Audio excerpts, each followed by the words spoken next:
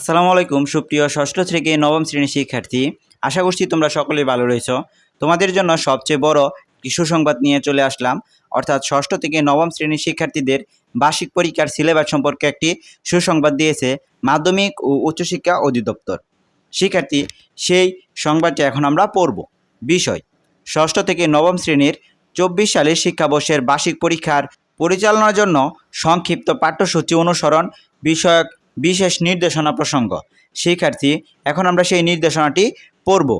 উপযুক্ত বিষয় ও এনসিটিভি কর্তৃক প্রেরিত সূত্রোত্তর পত্রের আলোকে 2024 শিক্ষাবর্ষের ষষ্ঠ থেকে নবম শ্রেণীর শিক্ষার্থীদের শিক্ষণকালীন মূল্যায়ন এবং বার্ষিক পরীক্ষার পরিচালনার জন্য সাধারণ নির্দেশনা ও বিষয়ভিত্তিক নির্দেশনার প্রদত্ত সংক্ষিপ্ত পাঠ্যসূচি এবং নমুনা প্রশ্নপত্র ও মানবন্টন ইতিমধ্যেই শিক্ষা প্রতিষ্ঠান বরাবর প্রেরণ করা হয়েছে।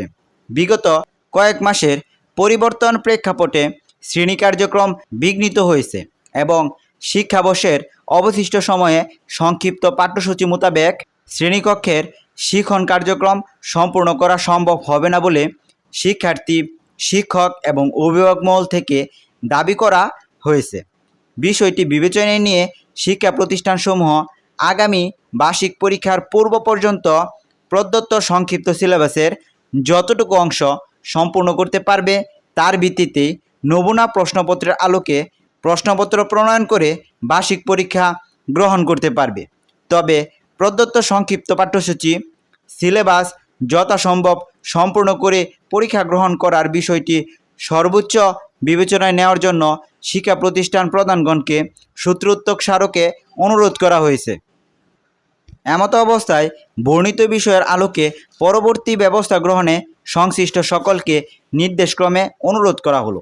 শিক্ষার্থী, তোমাদের যে সিলেবাসটি প্রদান করা হয়েছে এখানে স্পষ্টভাবে বলা রয়েছে যে তোমাদের সিলেবাসের সংক্ষিপ্ত সিলেবাসের যে অংশটুকু পড়ানো হবে সেই অংশের ভিত্তিতেই তোমাদের বার্ষিক পরীক্ষা গ্রহণ করা হবে। শিক্ষার্থী, সেই বিষয়টি তোমাদের বোঝার সুবিধার্থে আমি আবার পড়ছি। শিক্ষা প্রতিষ্ঠানসমূহ আগামী বার্ষিক পরীক্ষার পূর্ব পর্যন্ত প্রদত্ত সংক্ষিপ্ত সিলেবাসের যতটুকু অংশ সম্পূর্ণ করতে পারবে তার ভিত্তিতেই নমুনা প্রশ্নপত্রের আলোকে প্রশ্নপত্র প্রণয়ন করে বার্ষিক পরীক্ষা গ্রহণ করতে পারবে। শিক্ষার্থী, আশা করছি তোমরা ভিডিওটি বুঝতে পেরেছ। অর্থাৎ তোমাদের বার্ষিক পরীক্ষার পূর্ব পর্যন্ত তোমাদের যে বইয়ের যতটুকু সংক্ষিপ্ত সিলেবাসের কমপ্লিট করা যাবে সেই পর্যন্তই তোমাদের বার্ষিক পরীক্ষার প্রশ্ন করা হবে।